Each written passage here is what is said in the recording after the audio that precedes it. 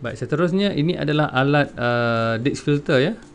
Ini bersaiz 32 mm di sini, dengan mesh dengan mikronnya sebanyak 120. Bagi polypipe bersaiz 32 mm, ianya sesuai menggunakan Dix filter bersaiz 1 inci. Terdapat ada dua lagi saiz 40 mm dan juga 50 mm.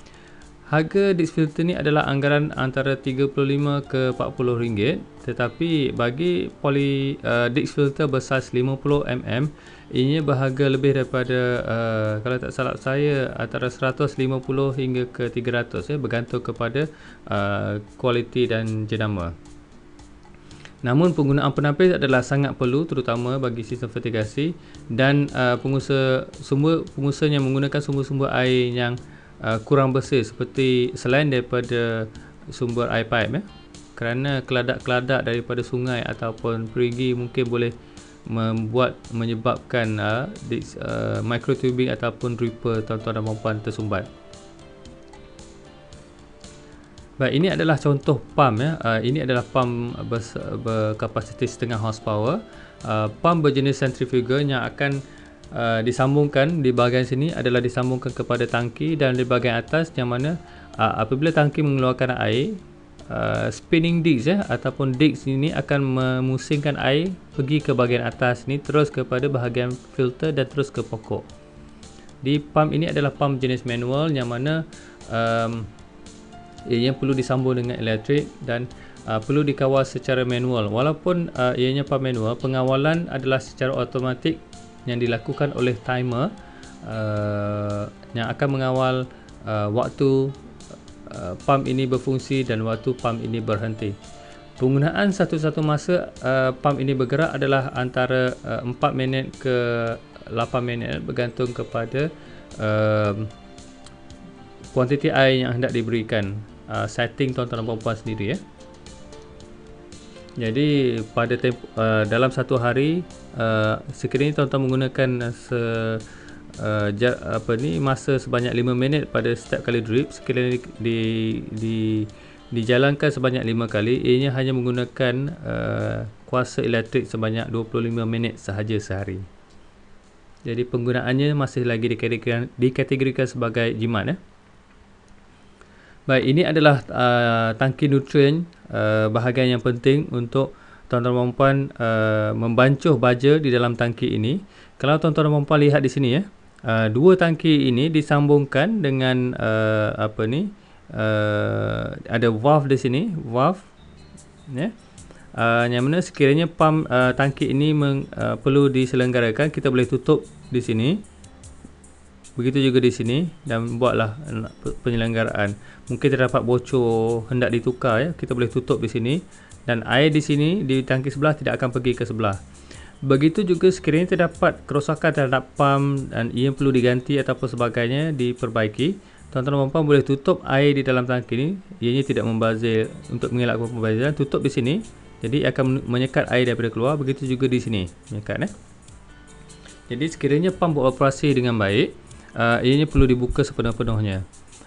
Di dalam kes ini, sekiranya ia dibuka, level air di dalam kedua-dua tangki ini adalah dikongsi bersama, kerana ini adalah leveling dia, menyambung antara dua tangki. Jadi paras air di dalam ini adalah sama rata.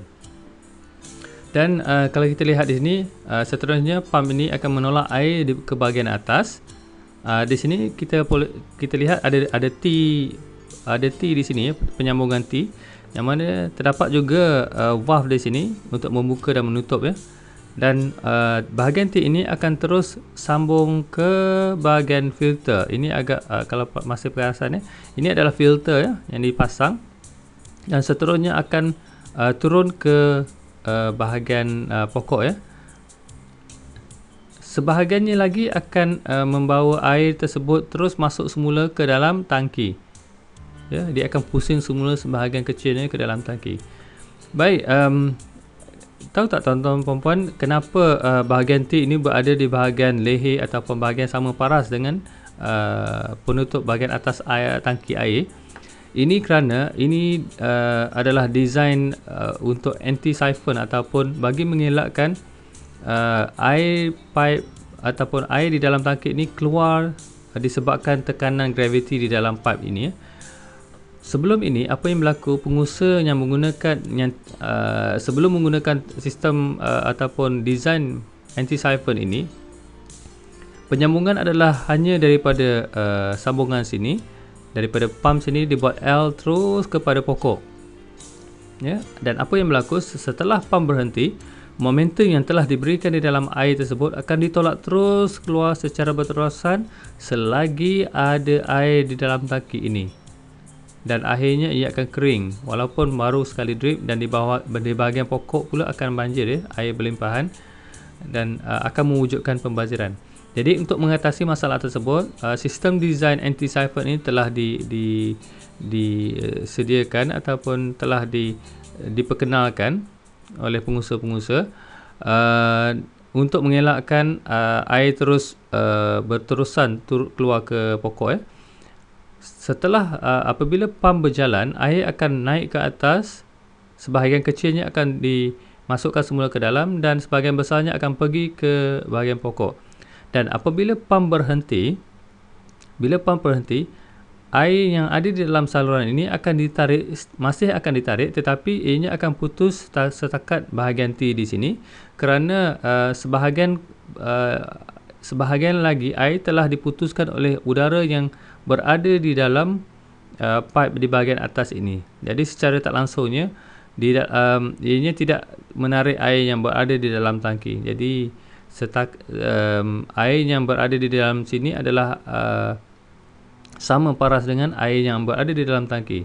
Sekiranya paras air telah berada di bahagian bawah, apabila pump berhenti, air juga akan berada di bahagian level yang sama, kerana ianya mengikut level-level air yang ada di dalam tangki. Jadi saya galakkan tuan-tuan dan puan-puan menggunakan konsep design sistem pump yang sama di sini. Baik, ini adalah alat timer yang saya terangkan pada tuan-tuan dan puan-puan sebentar tadi, yang mana ini merupakan nadi kawalan pump yang akan menentukan dan juga akan membantu tuan-tuan dan puan-puan menyiram tanpa perlu berada di ladang. Jadi timer ini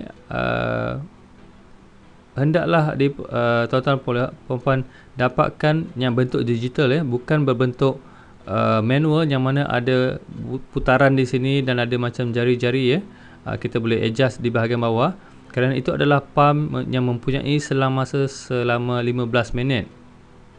Pump digital pula mempunyai selama intervalnya lebih kurang 1 minit. Jadi ia adalah sangat sesuai untuk kita mengukur masa yang diperlukan untuk memberi baja dan air kepada pokok. Kerana pada satu masa antara 4 ke 5 minit diperlukan untuk menjalankan pump, seterusnya memberi baja dan air kepada pokok. Setting biasanya peralatan ini boleh diperolehi daripada pasaran besar seperti Tesco dan Giant. Saya juga kerap mendapatkan bekalan daripada Tesco. Giant juga mempunyai alat sebegini. Dan bagi tuan-tuan dan puan-puan berada di Lembah Kelang seperti di Medan Pasar, terdapat banyak kedai elektrik di sana, boleh juga cuba mendapatkan daripada mereka. Manual pemasangan ataupun untuk setting digital timer ni juga diberikan bersama semasa tuan-tuan dan puan-puan membeli alat tersebut. Namun secara ringkasnya, tuan-tuan perlu pastikan hari perjalanan, setting masa ini adalah alat settingnya. Ini adalah setting timer. Tuan-tuan boleh set sebanyak maksimum 8 setting, tapi setting yang kita perlukan adalah membadai setakat 5 setting, iaitu setting untuk pemberian baja. Pada satu-satu masa, interval setting adalah kita kena onkan masa. Contohnya kita onkan pada 21.41 on, dan kita offkan, kita kena set sekali lagi untuk bagi arahan supaya dia offkan waktu ini pada 21.46 contohnya. interval 5 minit ya. Jadi bila dia on, tiba masa clock ini 21.41, dia akan mula berjalan, dan apabila tiba 21.46 dia akan berhenti secara automatiknya. Ulang untuk 5 setting masa yang tuan-tuan dan puan-puan perlukan. Dan biasanya penggunaan masa adalah antara pukul 8 ke pukul 6 petang ya. Jadi tuan-tuan dan puan-puan boleh pilih jarak masa yang difikirkan sesuai antara masa tersebut. Jadi waktu malam tak perlu nak bagi baja, pokok akan perlu berehat. Dan antara alat-alat lain juga yang diperlukan seperti T connector, ni coupler, penyambung. Ini untuk saiz 16mm, ni elbow, ni end cap, ini adalah valve yang mana akan disambungkan getah penyekat air untuk menyambung antara main pipe kepada subline. Ini adalah getah ni akan dimasukkan ke dalam valve ni ya, masuk ke dalam valve untuk menyekat air daripada keluar daripada getah pipe, main pipe ya. Ini adalah clamp, set clamp. Set valve yang murah adalah rubber grommet dan juga valve. Kosnya lebih kurang antara, tak salah saya, kurang tak sampai RM2 satu set ni.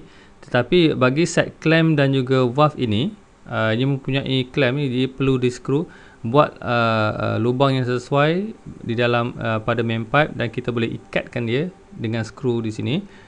Ianya adalah lebih kukuh, namun harganya adalah lebih mahal sedikit, antara RM8 ke RM9 seunit ya, satu set ini. Ini adalah hook untuk mengikat tali pancang, dawai pancang di bahagian atas. Ini beberapa valve yang tuan-tuan dan puan-puan boleh beberapa konektor dan valve yang boleh diperolehi daripada kedai-kedai hardware.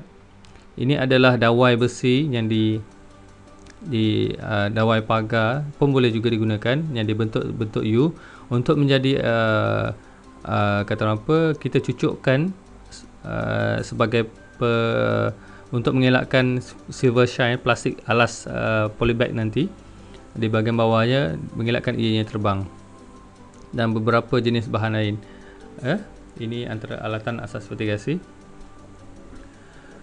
Dan ini adalah antara bahan peralatan juga, alat-alat pengukur yang diperlukan tuan-tuan dan puan-puan.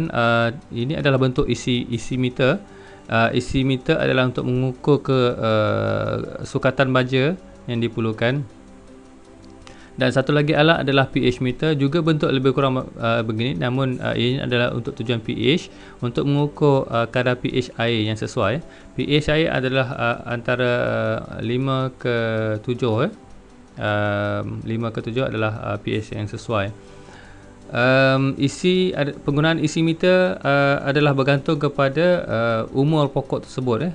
Di bahagian penjagaan nanti kita akan terangkan bagaimana sukatan-sukatan yang boleh kita gunakan mengikut peringkat umur pokok.